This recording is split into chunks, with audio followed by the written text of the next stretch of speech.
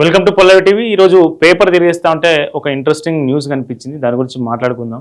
Rifle వీడి రైతుగా మారి మావోయిస్టు పార్టీలో డివిజన్ కమిటీ సభ్యురాలుగా చేతిలో రైఫిల్ పట్టుకుని అడవిలో తిరిగిన యువతి నేడు స్వగ్రామంలో భుజాన నాగలు మోస్తూ పొలం పనుల్లో ఉల్లాసంగా కనిపిస్తున్నారు. ఆమెనే భద్రాద్రి కొత్తగూడెం జిల్లా చెర్ల మండలం రాళ్లాపురానికి చెందిన పొడియం లక్ష్మి. కొన్నేళ్ల క్రితం కుటుంబాన్ని వదిలి సాయుధ పోరాట బాట పెట్టారు. పార్టీలో భద్రాద్రి కొత్తగూడెం అల్లూరు సీతారామరాజు జిల్లా డివిజన్ కమిటీ సభ్యురాలుగా ఎదిగారు. పరిస్థితులు మారడంతో ఇటీవల డీజీపీ ఎదుట లొంగిపోయారు. అనంతరం గ్రామంలో ఉన్న తన అమ్మమ్మ వద్దకు వచ్చి ఉంటున్నారు. కుటుంబానికి ఉన్న కొద్దిపాటి పోడు భూమిలో వ్యవసాయంతో పాటు అటవీ ఉత్పత్తుల సేకరణలో నిమగ్నమయ్యారు. తనకు ప్రభుత్వం ప్రకటించిన రివార్డు 4 లక్షలు అందిస్తే ఉపాధికి బాటలు వేసుకుంటానని అంటున్నారు. చూడండి, మనకు ఆమె వయసు 28 సంవత్సరాలు. నిజానికి యంగ్ ఏజ్ లో మావోయిస్టు పార్టీ డివిజన్ కమిటీ సభ్యురాలుగా ఎదిగి నిత్యం చేతిలో రైఫిల్ పట్టుకొని తిరిగినటువంటి ఇప్పుడు ఆమె చేతిలో హలం కనిపిస్తా ఉంది, నాగలు కనిపిస్తా ఉంది.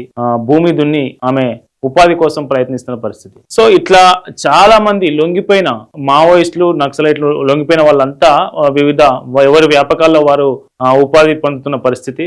మనకు దేవ్జీ గతంలో చూసిన మొన్ననే. సో మావోయిస్టు పార్టీ కీలక నాయకుడు, అగ్రనాయకుడిగా ఉన్నటువంటి దేవ్జీ సో ఇటీవల ఎప్పుడో జగిత్యాలు ఇంటర్మీడియట్ మధ్యలో ఆపేసి మావోయిస్టు పార్టీలోకి అజ్ఞాతంలోకి వెళ్ళిన అతను సో ఈ మధ్య సప్లిమెంటరీ పరీక్ష రాసి, ఇంటర్మీడియట్ సప్లిమెంటరీ పరీక్ష రాసి అందులో పాస్ అయి లా సెట్ కూడా రాసి ఇప్పుడు న్యాయ విద్య అభ్యసించడానికి ముందుకు పోతున్నాడు. దానికి సంబంధించి కూడా తుపాకీ వదిలి లా వైపు న్యాయవాది కావాలనే ఆకాంక్షతో ఇప్పుడు ఈయన నిజానికి మావోయిస్టులకు, నక్సలైట్లకు అంటేనే రాజ్యాంగం మీద, ఈ ప్రజాస్వామ్య వ్యవస్థ మీద నమ్మకం లేకనే వాళ్ళు రైఫిల్ చేత పట్టుకొని దాంతోని కలంతో కాదు బందూక్తోనే ప్రజలకు నిజమైన స్వేచ్ఛ, స్వాతంత్రం లభిస్తాయని నమ్మిన వాళ్ళు వీళ్ళంతా నక్సలైట్లు, మావోయిస్టులు. ఇప్పుడు ఏమైంది, ఎప్పుడైతే లొంగుబాటు చాలా మంది లొంగిపోయారో ఇప్పుడు వాళ్ళంతా ప్రజాస్వామ్యబద్ధంగా రాజ్యాంగానికి కట్టుబడి వాళ్ళు వివిధ రూపాల్లో ఎవరి ఆసక్తులు, ఎవరి అభిప్రాయాల మేరకు ఆయా రంగాలను ఎంచుకొని ఉపాధి పొందుతున్న పరిస్థితి. ఒకప్పుడు దాదాపు 3 దశాబ్దాల కింద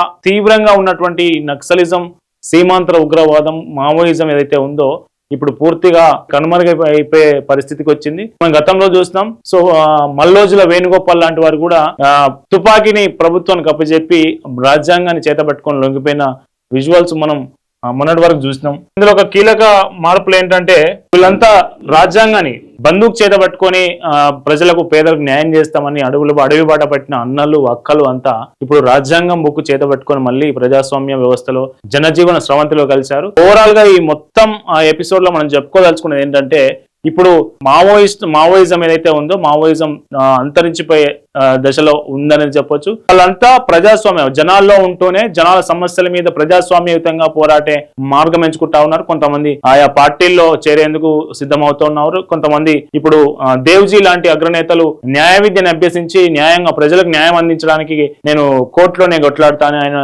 న్యాయ విద్యను అభ్యసించేందుకు ముందుకు వెళ్తున్న పరిస్థితి. సో కొందరు వ్యవసాయం చేసుకుంటా ఉన్నారు. ఎప్పుడైతే మావోయిజం అంతరించిపోయే దశలో ఉందో మావోయిస్టుల కోసమే ఏర్పాటైన గ్రే హౌండ్స్ 1989లో ఏర్పాటైంది. దాదాపు 3 దశాబ్దాలుగా మావోయిస్టుల ఏరివేత కోసం కావచ్చు, మావోయిస్టులను వాళ్ళను కట్టడి కోసం గ్రే హౌండ్స్ పనిచేసింది. ఇప్పుడు మావోయిస్టులే లేరు కాబట్టి మా గ్రే హౌండ్స్ అవసరం కూడా లేదనే ఉద్దేశంతో ఇటీవల డీజీపీ సివి ఆనంద్ కొన్ని కీలక ఉత్తర్వులు జారీ చేశారు. ఎవరైతే గ్రే హౌండ్స్ ఇప్పటి వరకు సేవలు అందించారో వాళ్ళని ఇతర డిపార్ట్మెంట్లోకి, ట్రాఫిక్ కావచ్చు, లేకుంటే లా అండ్ ఆర్డర్ కావచ్చు, లేకుంటే సైబర్ క్రైమ్ కావచ్చు, ఎక్కడ వాళ్ళ గ్రే హౌండ్స్ లో ఉన్నటువంటి సిబ్బంది ఎవరైతే ఉంటారో వాళ్ళ ఆసక్తులు, వాళ్ళకున్న నైపుణ్యాన్ని బట్టి వాళ్ళందరినీ వివిధ శాఖలకు ట్రాన్స్ఫర్ చేస్తున్న పరిస్థితి. ఆ శాఖను గ్రే హౌండ్స్ అనే వ్యవస్థనే పూర్తిగా తీసేయకుండా వాళ్ళందరినీ వేరే వేరే డిపార్ట్మెంట్లకు పంపిస్తున్న పరిస్థితి.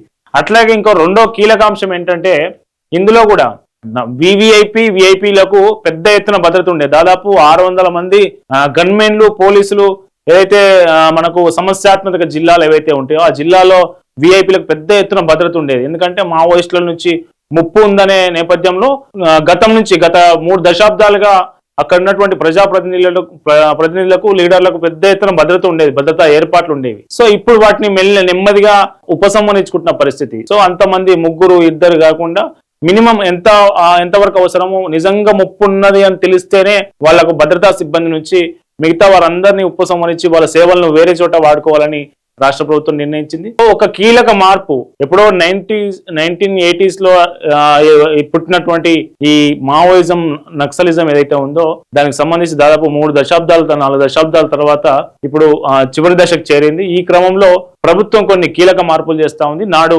తుపాకీ పట్టిన చేతులు ఇప్పుడు కలం పడతా ఉన్నాయి, హలం పడతా ఉన్నాయి. జనజీవన స్రవంతిలో కలిసి రాజ్యాంగబద్ధంగానే పేదల హక్కుల కోసం, పేదల శ్రమ దోపిడిపై ప్రశ్నించేందుకు వాళ్ళంతా ప్రజాస్వామ్య వ్యవస్థలో లీనమవుతున్న పరిస్థితి.